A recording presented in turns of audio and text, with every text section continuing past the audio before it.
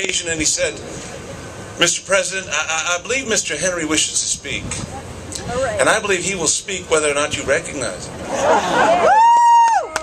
So I suggest you recognize him. I was recognized on that occasion. I said, Mr. President, no man thinks more highly than I do of the patriotism, as well as the abilities of the very worthy gentleman who have just addressed the House. But different men often see the same subject in different ways, and therefore I hope it will not be thought disrespectful to those gentlemen if, entertaining as I do opinions of a character very opposite to theirs, I speak forth my sentiments freely and without reserve.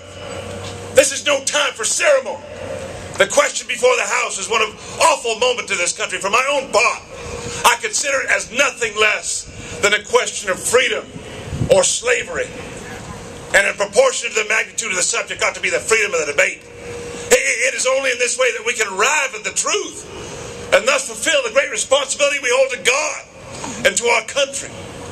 Should I hold back my opinions on such an occasion through fear of giving offense, I should consider myself guilty of an act of treason towards my country and of an act of disloyalty towards the majesty of heaven, which I revere above all earthly kings.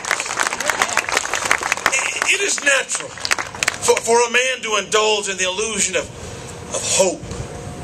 We are apt to shut our eyes against some painful truth. Listen to the sound of that siren, hope, until she transforms us into beasts. Is that the part of wise men engaged in a great and arduous struggle for liberty? Are we inclined to be among that number who, having eyes, see not, and having ears, hear not, those things which directly affect our temporal salvation? For my own part, whatever anguish of spirit it may cost, I am willing to know the truth, to know the worst, and to provide for it.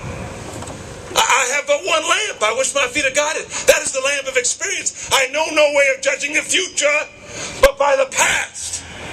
And judging by the past, I wish to know what there has been in the conduct of the British ministry for the last 10 years to justify those hopes with which gentlemen have been pleased to solace themselves in the House. Is it that insidious smile with which our petition was received?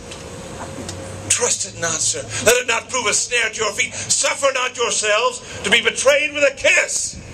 Ask yourselves how this gracious reception of our petition comports with those warlike preparations which have darkened our soil and covered our waters.